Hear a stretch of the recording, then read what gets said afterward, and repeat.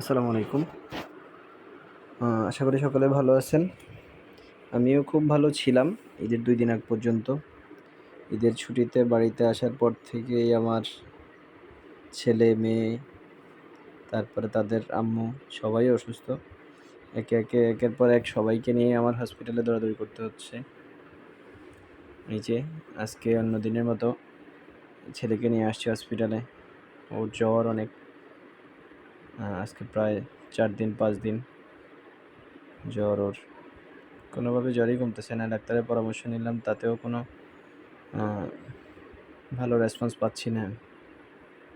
কিছুক্ষণ পরপরই জ্বর যায়, আবার একটু পরেই জ্বর আসে। ওষুধ খাওয়ালেই জ্বর কমে যায়, এরপরে আবার পুনরায় আবার জ্বর দেখা দেয়। এভাবেই চলতেছে আমার এবার ঈদের ছুটি। চলতে থাকুক।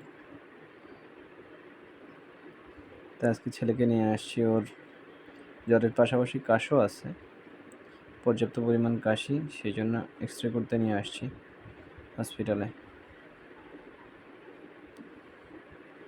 ও খুব মনের আনন্দে হাঁটতেছে, কিন্তু ও তো বুঝতে পারতেছে না যে ওর বাবা-মার মনে ওকে নিয়ে কি চলতেছে।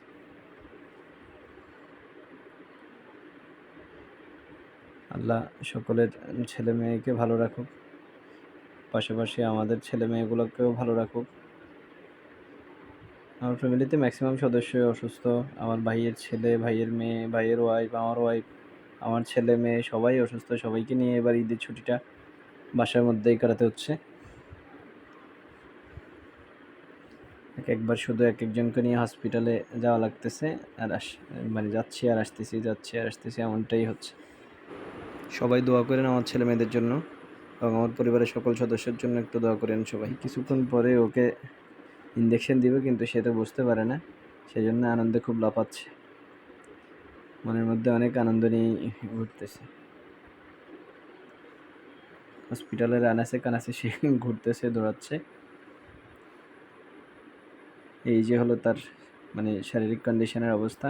পর্যাপ্ত কাশির কারণে ডক্টর নেবুলাইজার সাজেস্ট করছে, এখন নেবুলাইজার চলতেছে। আপনারা একটু দোয়া করেন সবাই আমার জন্য, আমার ছেলের জন্য।